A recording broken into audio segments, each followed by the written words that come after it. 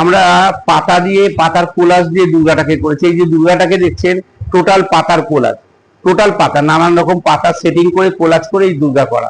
এবং দেখুন গণেশ, সরস্বতী মায়ের সবাই এসছে, কিন্তু সঙ্গে দেখুন ওষুধটা নিরস্ত, এবং মা কিন্তু কোনো অস্ত্র নিয়ে নেই, মার হাতে দুটো গাছ থাকছে। মা গাছ নিয়ে এসছে আমাদের জন্য, যে গাছ লাগাও প্রাণ বাঁচাও, গাছ না লাগালে মানুষ বাঁচতে পারবে না। এবং আমাদের টোটালটা দেখুন উপরে ঘাস ম্যাট দিয়ে আছে, টোটালটা পাতা দিয়ে আর প্রকৃতি দিয়েই করা, প্রকৃতি নির্ভর করে আমরা বেঁচে আছি, তাই প্রকৃতি দিয়ে করা। এবং টোটালটা দেখুন প্রত্যেকের হাতে গাছ আছে, নানান কিছু, অস্ত্র কারোর হাতে দিই, সেটা দিয়েই করা। আমরা চেষ্টা করছি যে মানুষকে আসার জন্য, প্রত্যেকে আসুন এবং দেখুন, আপনি বুঝতে পারবেন যে নতুন কনসেপ্ট, একদম নতুনত্ব। মা দুর্গাও একদম দুটো হাত নতুনত্ব, একদম মানব দেহ, আপনি দেখুন একদম অন্যরকম, ভালো লাগবে। আমি বলছি, কথা দিচ্ছি, এলে ভালো লাগবে। আমি শিল্পী মাইকেল বোস, আপনারা সবাই আসুন। কলকাতা শহরে ছোট ছোট জায়গায় বিল্ডিং গজিয়ে উঠছে, ইনলিগাল হোক আর লিগাল হোক, মানে গাছ কিন্তু নেই, গাছ কেটে ফেলা হচ্ছে। আমাদের মেন থিমটা হলো গ্রিন ওয়ার্ল্ড, সবুজ পৃথিবী। আমরা চাই যে মানুষ গাছ লাগাক এবং মানুষের নিজের প্রাণ বাঁচাক। আমরা কালিদাসের মতো করছি, যেখানে বসবাস করছি সেখানে গাছগুলো কেটে বিল্ডিং বানাচ্ছি, কিন্তু আমাদের এইটুকু বোধগম্য নেই যে আমরা কালিদাসের মতো কাজ করছি, যে গাছ না থাকলে আমরা বাঁচবো না, অক্সিজেন পাবো না। ঠিক সেই কারণে আমরা প্রতিমাটা পুরোপুরি পাতার তৈরি এবং পাতার কোলাজ, আর প্যান্ডেলটা প্রায় কমপক্ষে 6000 গাছের, পুরো গাছেরই তৈরি। এই ভাবনাটা কি আপনারই? পুরো আমার ভাবনা। আমাদের সঙ্গে যে প্রেসিডেন্ট আছে, এক্ষুনি চলে গেলেন, রানা বোস, রানাদার প্রচুর পরিশ্রম, ক্লাবের কর্তৃপক্ষের সবার পরিশ্রম, এবং আমি হচ্ছে ওদের সঙ্গে লেগে আছি যাতে এটাকে একটা সুন্দর রূপ দেওয়া যায়। এটা 70 বছরের পুজো, পুরনো পুজো। তার সাথে সাথে তো একটা বার্তাও প্রতি বছর কি দেওয়া হয়? প্রতি বছর দেওয়া হয়। এবারে বার্তা হলো গ্রিন ওয়ার্ল্ড, গাছ লাগাও প্রাণ বাঁচাও। এছাড়াও কি আপনারা? হ্যাঁ, আমরা দিন আমাদের জয়প্রদা আসছে, আগের বারে মন্দাকিনী এসেছিল, তার আগের বারে ঋতুপর্ণা এসেছিল। আমরা প্রতিটা একটা করে ফিল্ম স্টার নিয়ে আসি, এবং আমাদের প্রোগ্রামটা দেবাশিস কুমার আসেন, জাভেদ খান আসেন, বৈশানাথ চ্যাটার্জি আসেন, আমাদের কাউন্সিলর রানাদা থাকেন, রানা বোস তৃণমূল কংগ্রেসের সভাপতি, সবাই থাকে। সোশ্যাল ওয়ার্ক হয়, যেমন আমাদের রক্তদান শিবির হয়, বস্ত্রদান হয়, বসে আঁকো প্রতিযোগিতা হয়, ক্লাবের সব হয়। এবং আলোটা লাইটটা যেটা আছে সেটা একটা গ্রিন ব্যাপার। আমরা গ্রিনটা চাইছি, গ্রিন মানে সরলতা, গ্রিন মানে বাঁচা, এবং গ্রিন মানে সবুজ, সবুজ মানে হলো পাতা এবং গাছ। এবং জাতীয় কালচারাল ইভেন্ট রাখা হয়েছে? ইভেন্ট তেমন রাখা নেই, কিন্তু আমাদের এখানে পুজোটা খুব সাত্বিকভাবে হয়, এবং তার সঙ্গে সঙ্গে ভোগ খাওয়ানো হয়, প্রায় 1200 লোককে ভোগ খাওয়ানো হয়, এবং বিশাল আয়োজন করা হয়। আমাদের চাঁদা প্রেসার দিয়ে তোলা হয় না, যতটুকু মানুষ দিতে পারে ততটুকু দিলে বাদ বাকিটায় ক্লাবের যারা কর্তৃপক্ষ আছে তারা দিয়ে পুজোটা করে। আপনার নাম?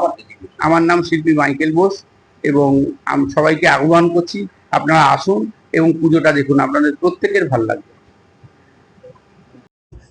আমরা কলুপাড়া 70তম বর্ষে এবার পদার্পণ করলাম, তা এবারে চিন্তা ভাবনা যে আমরা সবুজ বাঁচাও নিয়ে আমরা চিন্তা ভাবনা করেছি। প্যান্ডেল এবং মণ্ডপ, এই প্যান্ডেল এবং ঠাকুর দুটোতেই আমাদের 6000-এর উপর গাছ দিয়ে এই প্যান্ডেল তৈরি হয়েছে, আর বিভিন্ন রকম গাছের পাতা নিয়ে আমাদের প্রতিমা তৈরি হয়েছে। আমাদের এই প্যান্ডেল এবং প্রতিমা রূপদান করেছেন মাইকেল বোস, একজন স্বনামধন্য চিত্রকার, যিনি আর্টে যোগেন চৌধুরীর হাত থেকে উনি সম্মান নিয়েছেন, উনি রাষ্ট্রপতির থেকে সম্মান নিয়েছেন। তাই সেই মানুষের চিন্তাধারাকে আমরা যাতে আরো মানুষের কাছে তুলে ধরতে পারি, সবুজ সম্বন্ধে মানুষকে আরো সচেতন করতে পারি, তার জন্য আমাদের এই চিন্তাধারা। আমাদের এই কলুপাড়ায় আমরা রোটারি ক্লাব অফ বেলুরকে দিয়ে আমরা এখানে ওই সবুজ বাঁচাও করেছিলাম, গাছ লাগিয়েছিলাম, কিন্তু সেই গাছকে আমরা রক্ষা করতে পারিনি। তার জন্যই আমাদের বড় আক্ষেপ ছিল যে আমরা সবুজ বাঁচাওটা, মাইকেলরা যখন প্রপোজাল দিয়েছে আমরা এক কথায় মেনে নিয়েছি যে বর্তমানে যে হারে আপনার দূষণ ছড়াচ্ছে, যে হারে মানুষ সবুজের উপর অত্যাচার করছে, তার থেকে যাতে মুক্ত হয়। গাছ থাকলে, সবুজ থাকলে আমরা বেঁচে থাকবো, অক্সিজেন পাবো। তাই সবুজকে নিয়ে আমাদের মুখ্যমন্ত্রী মমতা বন্দ্যোপাধ্যায়ের চিন্তাধারা, সেই চিন্তাধারাকে আরো প্রকাশ করার জন্য, ব্যাপকভাবে প্রচার করার জন্য আমাদের এই মণ্ডপ। আর একটু আগে মাইকেল রাও বলছিলেন যে যে কোনো কাজে, এই পুজোর যে কোনো কাজে আপনি সবসময় সহযোগিতার হাত বাড়িয়ে দিচ্ছেন। এটাও তো একটা মানে একার পক্ষে তো কোনো কিছু হয় না, মানে সবার সহযোগিতায় তো একটা পুজো, যেখানে দুর্গা পুজো হতে পারে বা যে কোনো পুজোর কথাই বলছি, সেটা তো হয়। না, অ্যাকচুয়াল হচ্ছে কি, কলুপাড়ায় আমার একার দ্বারায় পুজো হবে না, কলুপাড়ায় কেন, সব জায়গায়। কিন্তু ঘটনা হচ্ছে যে আমি যেহেতু একটা রাজনৈতিক দলের সাথে জড়িত, আমার সাথে একটু চেনাশুনো লোকের সংখ্যা বেশি, তাই সকলেই আমার সঙ্গে তখন যায়। তাদের সহযোগিতা নিয়ে আমাদের একটা ছোট্ট পাড়া, এই ছোট্ট পাড়ায় একটা বড় পুজো করতে গেলে 10-12 লাখ টাকার পুজো করতে গেলে মাথার ঘাম পায়ে চলে যায়। আর আমাদের যে অ্যাসোসিয়েশন, সেই অ্যাসোসিয়েশনে কেউ জোর জুলুম করে না, স্বেচ্ছায় যারা ডোনেট করে, স্বেচ্ছায় যারা স্পন্সর করে, তাদের নিয়েই আমাদের এই পুজো। তাই বলছি যে এই পুজোর পরিবেশ আলাদা, এই পুজোর চিন্তাধারা আলাদা, এই পুজোর সাথে যারা জড়িত মানুষ, তাদের মধ্যে থেকে আমি একটু সামনে এগিয়ে গিয়ে কাজ করি, এইটুকুই ব্যাপার। আর সকলের সহযোগিতা না থাকলে তো আমি এত বড় দায়িত্ব নিতেও পারতাম না। আর মাইকেল দা বলছিলেন যে জয়প্রদা পঞ্চমী দিন ওপেনিং করবে। হ্যাঁ, এটাও তো খুব- গত বছর গত বছর আমরা করেছি। গত বছর আমাদের ছিল ওই মন্দাকিনী, আর এই পুজো আমাদের উদ্বোধন। এর আগে বাংলা চলচ্চিত্র জগতের প্রখ্যাত শিল্পীরা এসে গেছে, মুনমুন সেন থেকে শুরু করে রাইমা সেন, দেবশ্রী রায়, শতাব্দী রায়, ঋতুপর্ণা সেনগুপ্ত, কে নেই, সকলে এসে গেছে।